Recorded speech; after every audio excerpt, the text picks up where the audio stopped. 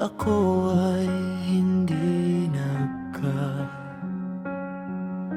tuluyan sa isa't isa noon, dahil hindi mo pinaglaban ang ating pag-ibig. Ang sakit ng nakaraan na kahit pinipilit kalimutan ang lahat ay di